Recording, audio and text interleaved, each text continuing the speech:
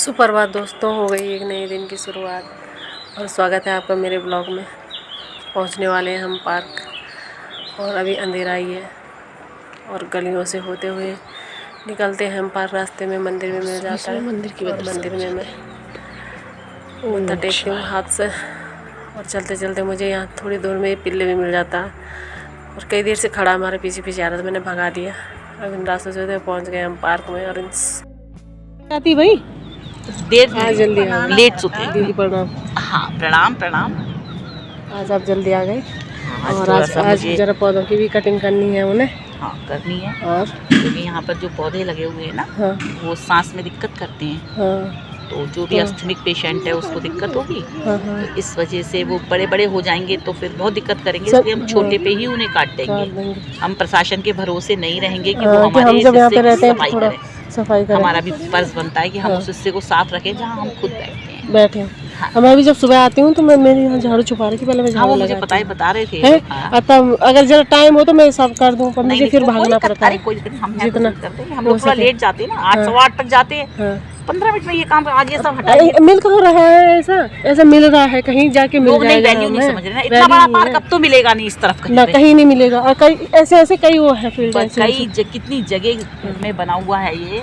करीब कितनी उसमें बना होगा ये? इतना वर्ग फीट तो मुझे नहीं मालूम इसके बारे में, लेकिन हाँ, गज में अच्छे स्क्वायर फीट में है ये बहुत। और दोबारा ऐसा पार्क नहीं मिल सकता। तो आप ये बताओ किसके उसमें बना होगा ये मायावती जी के राज में बना था, उन्होंने ही बनवाया है। अरे मतलब काशीराम जी ने वो लिया था, है ना? काशीराम जी शुरू करा था। काशीराम जी असल में मायावती जी के गुरु थे काशीराम जी। अच्छा। और काशीराम जी ने अपनी सारी सत्ता अपनी राजनीति में जो भी उनकी स्थान था वो मायावती जी को दे दिया था, अडॉप्टेड कर लिया था उनको। अच्छा। तो मायावती जी फिर जब प्रशासन में आई, यहाँ की मुख्यमंत्री बनी उत्तर प्रदेश की, तब उन्होंने इस जगह को सिर्फ उन्हीं लोगों के लिए बसाया था जो कि मतलब नहीं इतना अफोर्ड कर सकते बड़े बड़े घर। तो उन लोगों के लिए छोटे छोटे घरों का निर्माण करा के ये सोच के शायद कराया हो ताकि उन लोगों को मिल जाएगा तो वो भी आवास में रह लेंगे अपने अपने। कुछ प्लॉट उन्होंने बड़े बड़े भी काटे जिससे कि जो लोग ले सकते हैं वो उसको लें।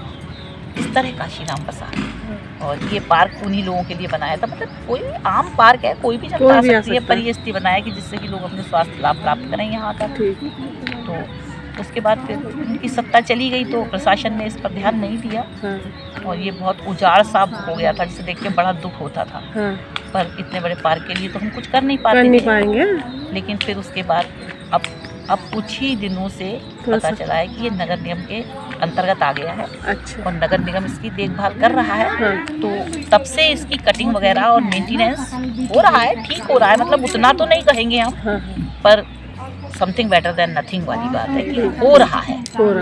और ठीक है, चलिए प्रशासन के हाथ में जब कोई चीज़ आती है तो वो तो इसी तरह से उसका धीरे धीरे ही होता है सब काम, एकदम तो हो नहीं पाएगा।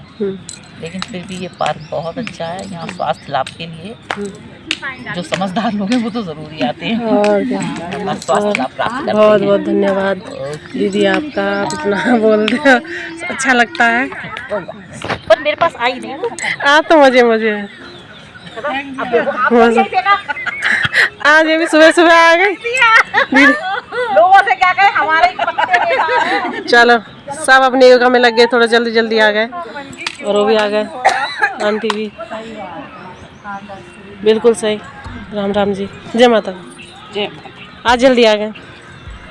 आज एक जोक सुना। एक बार एक लेडी जा रही थी तो उनके जान पहचान के कोई परिचित मिले तो उनको बहुत बड़ी बिंदी लगाई हुई है वो। तो उन्होंने पूछा उनसे कि भाई बहन जी आप तो बहुत बड़ी बिंदी लगाती हो। अच्छा। तो बोली हाँ मेरे पति हैं, मतलब मैं अपने पति को इतना प्यार करती हूँ, ये वो इस तरह की बातें उन्होंने कही। वो घर गए, अपने खूब लड़े अपनी बीवी से कि तू छोटी लगाती है और तू तो ये चाहती नहीं है कि मैं जिंदा रहूँ, ये है वो है। अब बेचारी औरत क्या कहती, बात खत्म हो गई, आई गई हो गई। तो कुछ दिन बाद उनकी वो फिर मिली, फिर छोटी लगाई तो वो थोड़ी छोटी लगाई। फिर मैंने बहन जी आज बड़ी छोटी, आज थोड़ी छोटी लगाए। बोली हाँ भाई साहब वो थोड़े बीमार पड़े हुए हैं ना। अच्छा बहन जी को कुछ नहीं बोले। ये बात फिर मिली तो वो उससे भी छोटी। क्या बात है बहन जी?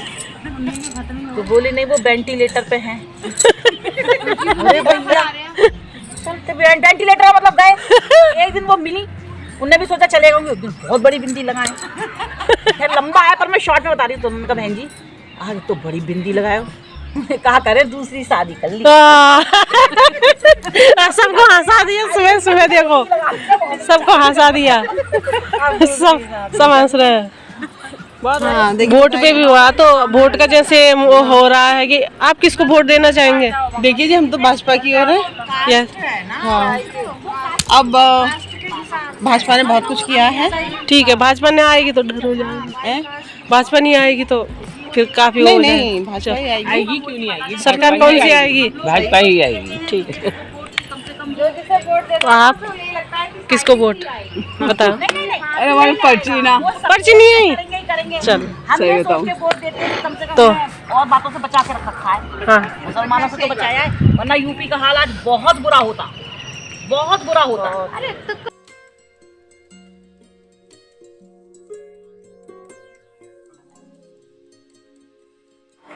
तो चलती हूँ अब मैं घर की तरफ और इनको बाय करते हुए और यहाँ पे फूलों का नज़ारा देखते हुए अपने ब्लॉग को एंडिंग देती हूँ।